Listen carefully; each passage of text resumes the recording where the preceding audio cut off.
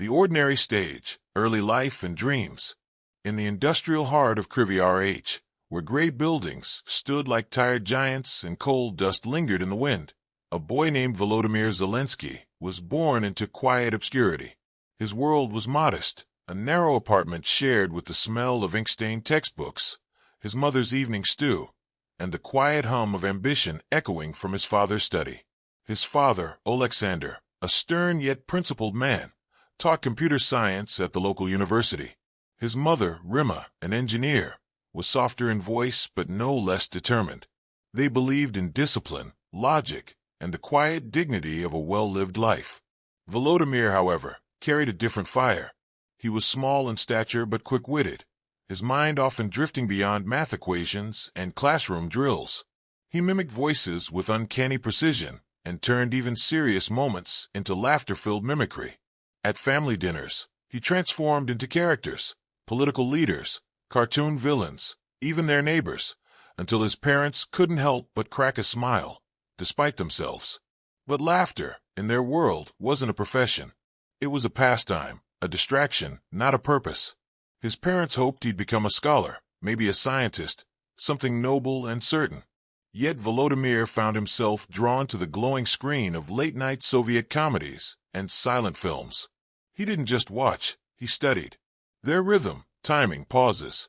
Every smile they sparked etched deeper into his soul. At school, he was neither the loudest nor the strongest, but he held a presence. Teachers noticed his sharp mind, classmates followed his lead, and though he never sought the spotlight, it somehow always found him. He wasn't just funny. He was intentional. Every joke had meaning, every impersonation a subtle rebellion against the predictable path laid before him. When he first mentioned acting, it was during a cold December evening. Snow tapped at the window. His father looked up from his work, silent. His mother stirred her tea without meeting his eyes. The room grew still. Acting, his father repeated, as if tasting something bitter. Volodymyr didn't flinch. Yes, I want to make people feel something, to laugh, to think. The silence that followed was longer than he expected. Not angry, just uncertain. That night, as the city slept under a blanket of snow, Volodymyr sat by the window, watching flickers of light from passing trams.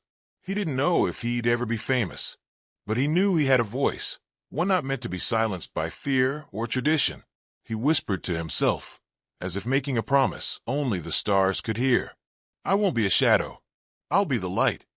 And so, the stage was set, not with curtains and crowds, but with quiet defiance and a dream the world had yet to take seriously. The rise of the performer, fame, and the unexpected path.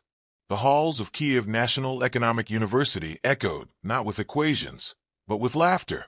Volodymyr had enrolled in law to satisfy expectation, but his heart pulsed elsewhere, on dimly lit stages, where words became mirrors and laughter bridged human souls.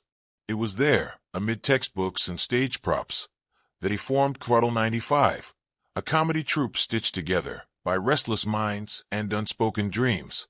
What began as side performances for student crowds grew into televised brilliance. Zelenskyy's timing was razor-sharp, his satire fearless. He didn't just entertain, he challenged.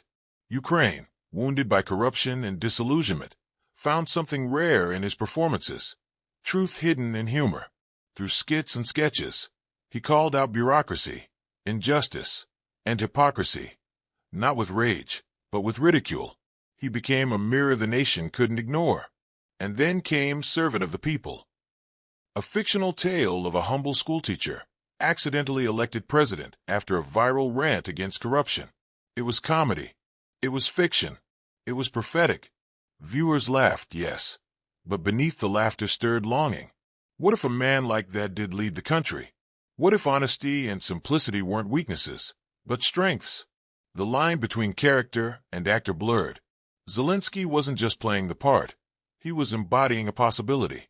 Yet fame is a double-edged crown. Critics called him unserious, a clown in borrowed robes. Politicians dismissed him. Let the comedian stay on stage, they scoffed. But Volodymyr heard something they didn't. The heartbeat of a nation tired of choosing between the lesser evil. In private, he wrestled with doubt. He had built a life most dreamed of, wealth, recognition, creative freedom. Yet, a quiet unrest gnawed at him. Was it enough to shine a light on problems from the sidelines? Or was it time to step into the storm? Late one evening, he sat alone in the empty studio after rehearsal. The cameras were off, but the silence was louder than any applause. He looked at the poster on the wall, his character in a suit, fist raised awkwardly, and then he whispered aloud, "What if it's not a role anymore?"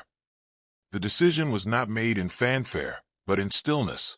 Zelenskyy announced his candidacy on New Year's Eve, while fireworks lit up skies, and cynics rolled their eyes. It wasn't a joke. It was a dare. The world tilted. The people listened. And as old power scoffed and newspapers mocked, a silent force stirred, millions of hearts daring to believe that perhaps this time, fiction might become reality. The unlikely leader, from stage to war room. 2019 brought with it a wave of disbelief and excitement.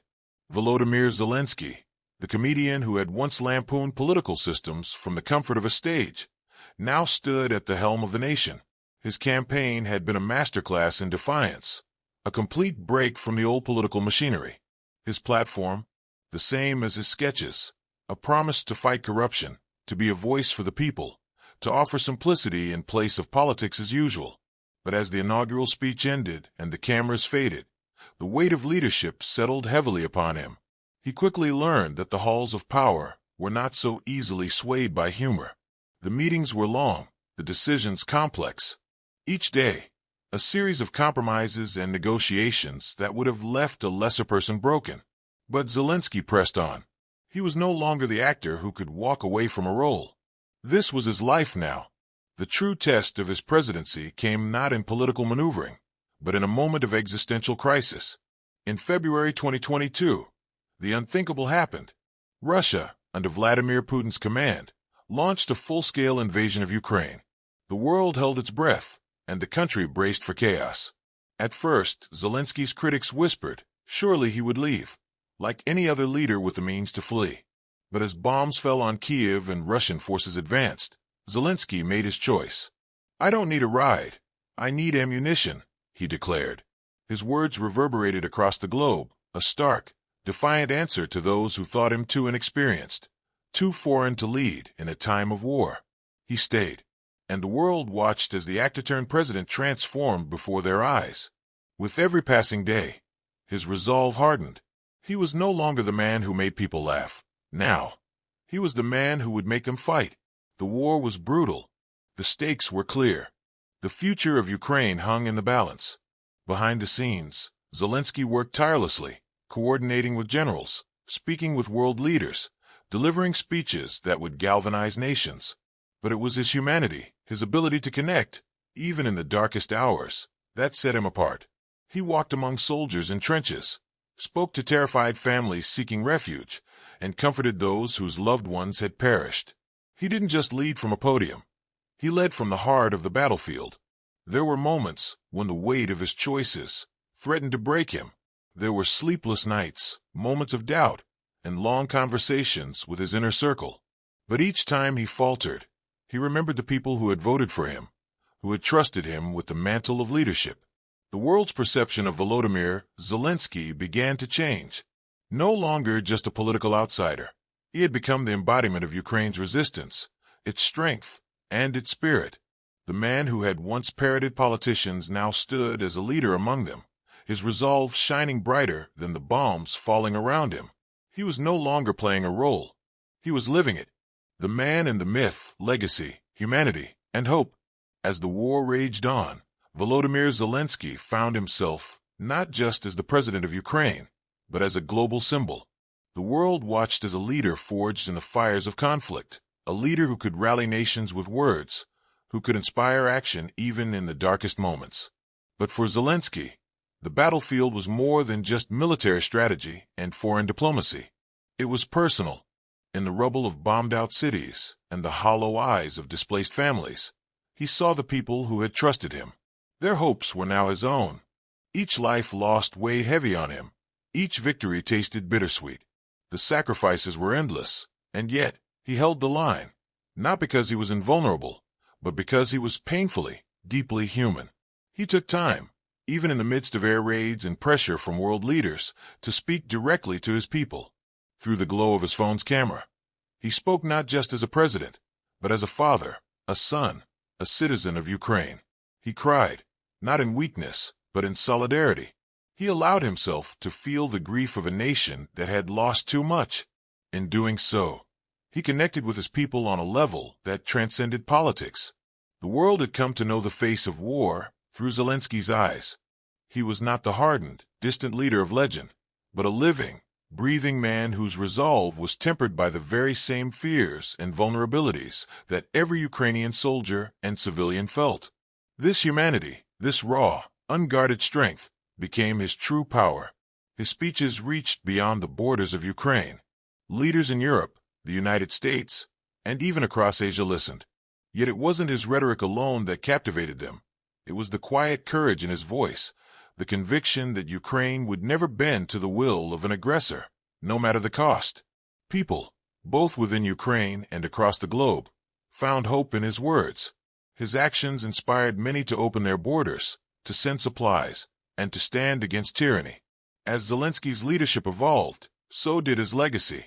No longer was he just a comedian turned president. He became the very symbol of resilience, of a people unwilling to give up their identity, their freedom, their lives.